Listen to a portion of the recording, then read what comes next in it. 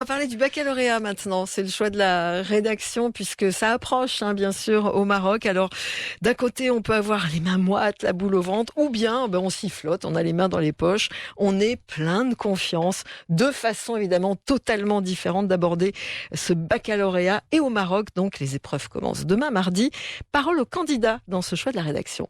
Et oui, effectivement. Alors, il s'appelle Florence, il s'appelle Malika, Rim, Ignès ou encore Saïf. Entre demain, mardi et vendredi, ils vont plancher sur les épreuves du bac version 2021. Vous vous souvenez, vous, Florence, de votre état d'esprit à la veille de l'examen?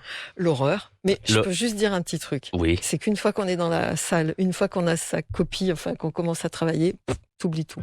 Hakim Tamim, Mais avant, c'est l'horreur. Ça s'était bien passé, vous, le bac, vous étiez dans quel état d'esprit? État d'esprit positif, mais avec une peur bleue. Eh ben, pour Malika, pour Saïf, pour Rim et Ignès, joint par Fabien Albert, c'est assez varié, entre stress, résignation et confiance en soi. Écoutez-les. Je suis assez anxieuse, mais je m'en rends pas compte aussi, parce que c'est la fin de l'année et passer les épreuves du bac, ça veut dire que j'ai vraiment tourné la page du lycée pour m'engager vers le supérieur. Je sais que j'ai travaillé toute l'année, donc il n'y a pas de raison. Dans ma tête, je me dis que c'est qu'une feuille. C'est peut-être mon avenir, oui, mais c'est qu'une feuille. Je suis assez confiante. Ça dépend, à mon avis, des objectifs de chacun. Personnellement, vu que j'ai beaucoup de retard, non, je suis pas confiante du tout. Je stresse énormément, beaucoup de peur. Je sais que c'est pas conseillé, il faut pas stresser, mais c'est un peu plus facile à dire qu'à faire. Alors, pas facile, mais le stress, ça peut être positif, ça peut donner des ailes. Après, chacun sa technique, sa méthode pour diminuer justement ce stress. Ça passe souvent par le travail. Malika nous confie sa journée type de révision. Je me réveille le matin, je prends une douche, je mange, j'essaye de m'isoler dans ma chambre et je commence à réviser. Donc je fiche pas, je revois mes cours parce que je les tape à l'ordinateur et je les lis à voix haute jusqu'à les connaître par cœur. Voilà, un mélange de mémoire auditive et visuelle, une technique qui marche plutôt bien selon les personnalités. Et puis, il y a aussi la méthode de Saïf. Je me réveille le matin, j'étudie un peu, je fais une pause et rebolote en fait. J'étudie, je fais une pause, j'étudie, je fais une pause.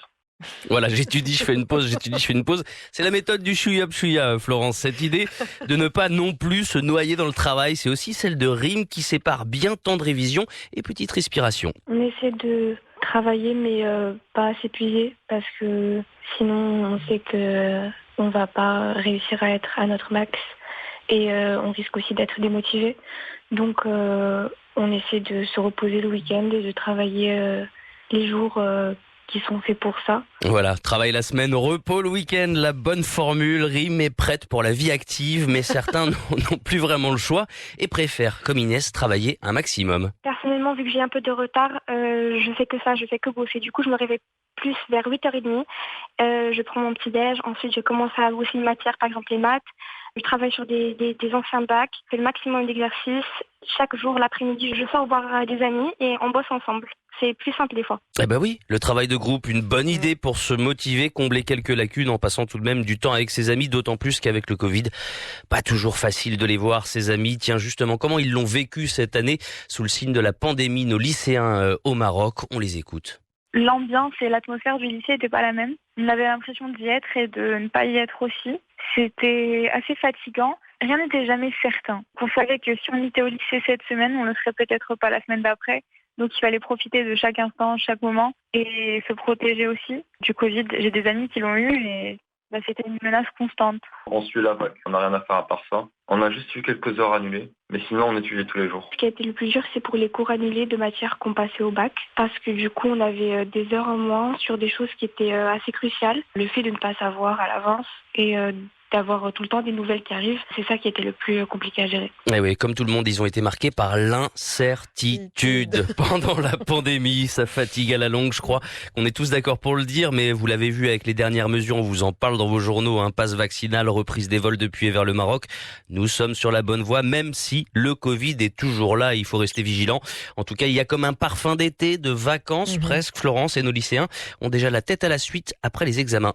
Personnellement, je pense que je vais aller à la plage parce que j'adore la plage. Donc, au moins, je vais me mettre dans le mood des vacances. Je vais aller voir des amis. Je vais peut-être voyager aussi, voir ma famille. Je vais faire tout sauf penser aux études. Parce qu'une fois que c'est fait, c'est fait. Je vais pas avoir de regrets. C'est bon. Eh oui, pas de regrets pour Ignès, déjà prête à profiter de ses vacances. En tout cas, on souhaite bon courage à tous les candidats au bac avant le début des épreuves demain. Tiens, d'ailleurs, vous voulez savoir ce qu'ils vont faire de leurs dernières heures avant l'examen, Florence ?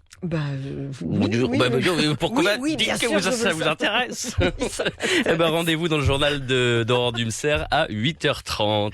Merci beaucoup. Excellente matinée avec nous et bon courage demain donc pour ces examens de bac au Maroc.